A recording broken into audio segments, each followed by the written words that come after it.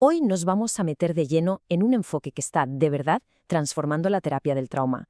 A través del trabajo de Janina Fisher, vamos a descubrir una nueva forma de sanar las heridas más profundas, una que no se basa en luchar contra los síntomas, sino en algo radicalmente distinto, aprender a escuchar a todas esas partes fragmentadas que viven dentro. Y para que nos hagamos una idea de la importancia de lo que hablamos, empecemos con esto. Cuando alguien como Bessel van der Kolk, que es probablemente la mayor autoridad mundial en trauma, dice que un método debe ser parte del conjunto de habilidades de cada terapeuta, pues oye, hay que prestar atención. Esto nos indica que no estamos ante una teoría más, sino ante un cambio práctico y fundamental. Y es que este cambio nace de una frustración muy real, una que conocen bien tanto terapeutas como personas en terapia. La idea de que hablarlo todo lo soluciona se queda corta, muy corta, en casos de trauma complejo. Para mucha gente, contar la historia una y otra vez no alivia el dolor, sino todo lo contrario, lo reaviva, lo vuelve a activar, sin ofrecer una salida real.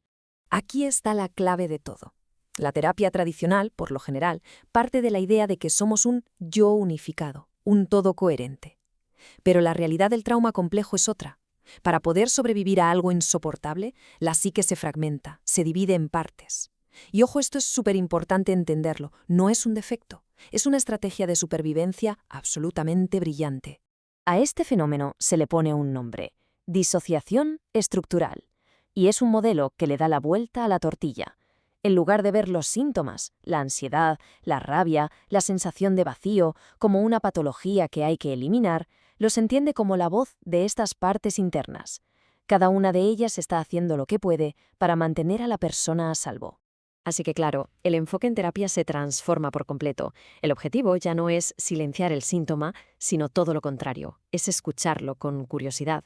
¿Qué parte de mí está hablando a través de esta ansiedad? ¿Qué intenta decirme esta sensación de bloqueo? El terapeuta se convierte en una especie de traductor de este lenguaje interno. Pensemos en este sistema interno. Por un lado tenemos la parte de la vida normal, la que se encarga de ir a trabajar, de hacer la compra, de funcionar en el día a día.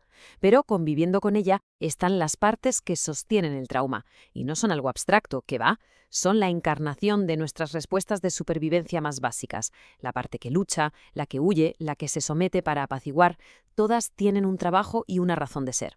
Y esa es la regla de oro, una de las primeras intervenciones clave del terapeuta. Se introduce un cambio de lenguaje que es revolucionario.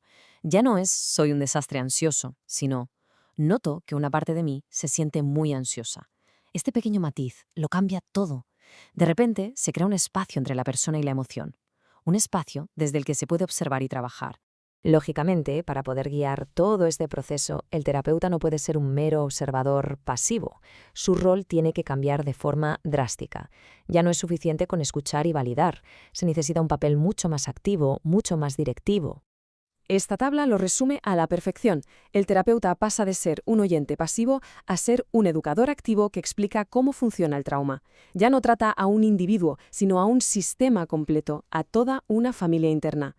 Y lo más importante, su lealtad no es solo con la parte adulta que viene a consulta, sino con todas las partes, incluso con las que parecen más autodestructivas o problemáticas.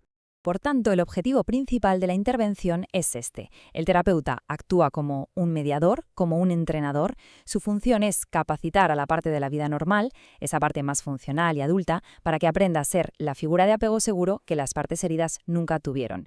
Es, en esencia, un proceso de reparentalización interna. Muy bien, todo esto suena genial en la teoría, ¿verdad? Pero, ¿cómo se lleva a la práctica? ¿Cuáles son las herramientas, las estrategias concretas que se usan en la consulta para facilitar este diálogo interno y empezar a sanar? Bueno, pues el proceso se basa en 3 pasos fundamentales. Primero, nombrar, dejar de decir estoy ansioso para empezar a decir noto a mi parte ansiosa. Segundo, fomentar la curiosidad. En lugar de juzgar o rechazar esa parte, el terapeuta guía para que nos acerquemos a ella y preguntemos ¿qué te da miedo? ¿De qué intentas protegerme? Y tercero, crear conciencia dual. Esto es clave, aprender a estar con la emoción de la parte sin que nos inunde, manteniendo siempre un pie bien anclado en la seguridad del presente. Este tipo de preguntas son el pan de cada día del terapeuta. Fijaos cómo, con una sola pregunta, se diferencian 2 partes en conflicto.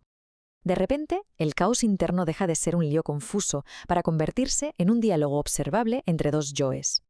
A nivel cerebral, esto es una maravilla. Saca del modo reactivo y activa el cerebro observador, el que puede pensar y decidir. Y el resultado inmediato de estas estrategias es brutal. Por primera vez, quizás, la persona puede experimentar esas emociones tan abrumadoras sin ser secuestrada por ellas. Se empieza a crear una relación con la vergüenza, con el miedo. Y es en esa relación, en ese espacio, donde puede empezar a nacer la compasión y la sanación.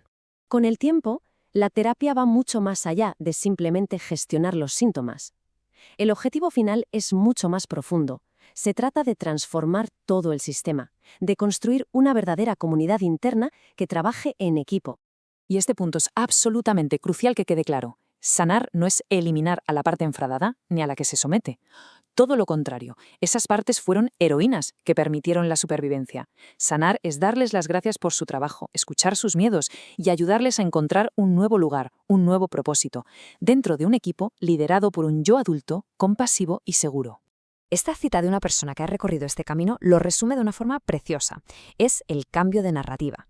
Se pasa de una historia de guerra interna y autorrechazo a una de conexión, seguridad y autocompasión.